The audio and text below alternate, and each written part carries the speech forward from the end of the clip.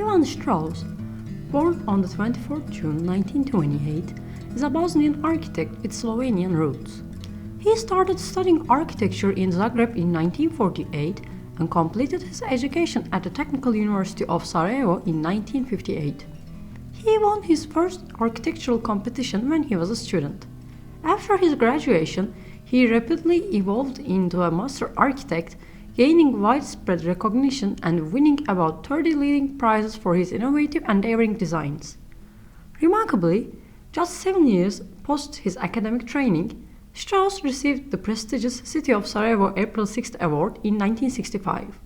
His architectural excellence was further acknowledged in 1978 when he was honored with the Republic of Bosnia and Herzegovina Award. In 1984, he joined the Academy of Sciences and Arts of Bosnia and Herzegovina.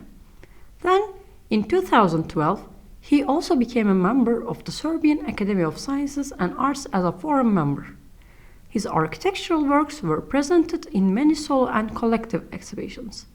He also wrote a series of scientific books and articles on architecture, mostly about architecture in Yugoslavia and Bosnia and Herzegovina. One of these books, The Architect and the Barbarians, published in 1995, is actually his diary where he wrote about the Bosnian War and the destruction it brought upon the built environment. Ivan Straus designed many significant architectural projects across through Yugoslavia. One of his most celebrated works is the Aviation Museum located near the Belgrade airport. It's the project that earned him the Borba Architectural Award. Some of his well-known works in Sarajevo are the Catholic Church Dobrinja, Sun Housing, Holiday Inn Hotel for Winter Olympics, the building of Electric Company of Bosnia and Herzegovina, also known as Elektroprivoda BIH. The Yunus Towers, now named Unitic Towers, which are locally known as Momo and Uzair. For Straus, it's hard to choose his favorite building in Sarajevo. At the beginning of his career, he did not want to build houses in Europe or Yugoslavia. He only wanted to build houses in Sarajevo. He got offers from Canada and Ethiopia, but he rejected them all and stayed in Sarajevo. Thus, it's difficult for him to choose a favorite.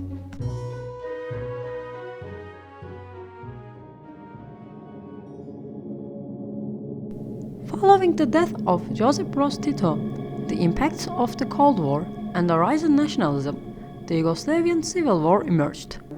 Located in a valley, Sarajevo was besieged for 4 years. This conflict led to the tragic loss of approximately 100,000 lives and forced over 2 million people to flee their homes. Bosnian Serb forces, acting under the direction of Slobodan Milosevic, committed numerous war crimes, including acts of ethnic cleansing and genocide. Similarly, the Croatian military was involved in war crimes and ethnic cleansing, though on a smaller scale. Sarajevo, Bosnia's capital, suffered the longest siege in modern history, lasting from April 1992 to February 1996. During this time, the city, encircled by the Serb-controlled army, faced relentless shelling, leading to the deaths of over 10,000 individuals. Bosnian Serbs destroying many of Sarajevo's cultural monuments, public gathering places, and the National Library in the city. Originally constructed for the 1984 Winter Olympics, the Holiday Inn Hotel in Sarajevo found itself in a perilously exposed position during the city's siege. It became heavily militarized with its southern side often targeted by snipers. Serbian leader Karadzic, along with his family, took over the presidential suite on the 5th floor.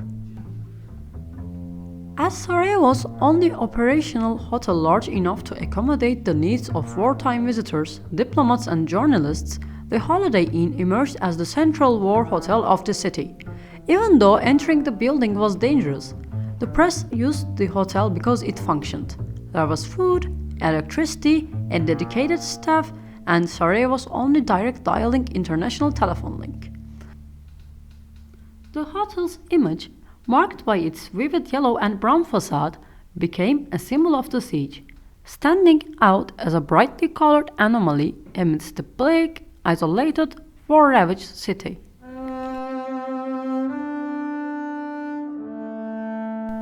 project, building, business trip, summer and winter vacation. This was his reply when he was asked about the words he did not use anymore in an interview for Life magazine in 1993.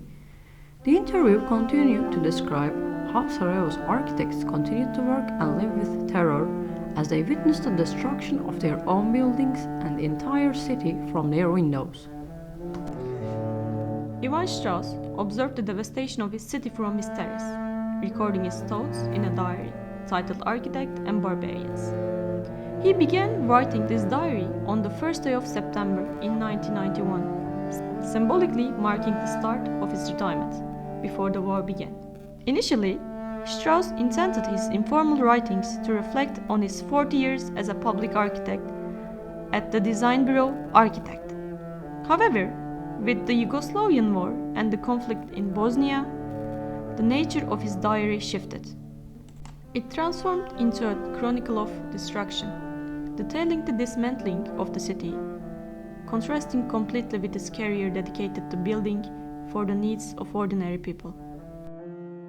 Straus documented the daily changes in Sarajevo, from military movements, the reorganization of civilian life, and the destruction of the buildings.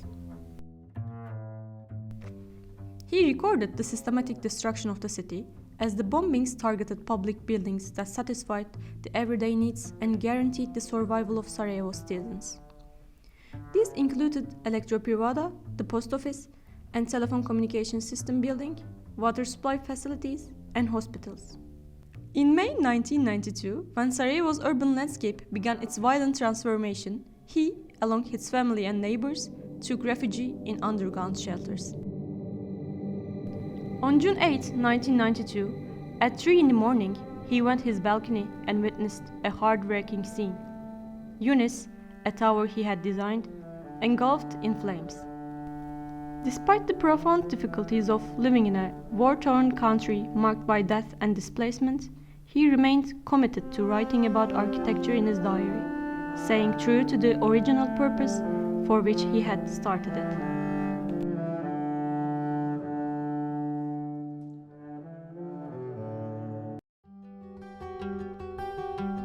After the war, Yunus Towers and Elektroprivreda was rebuilt and Holiday Inn Hotel was renovated. Ivan Straus claims that because of political reasons, he was excluded from the reconstruction of Yunus Towers.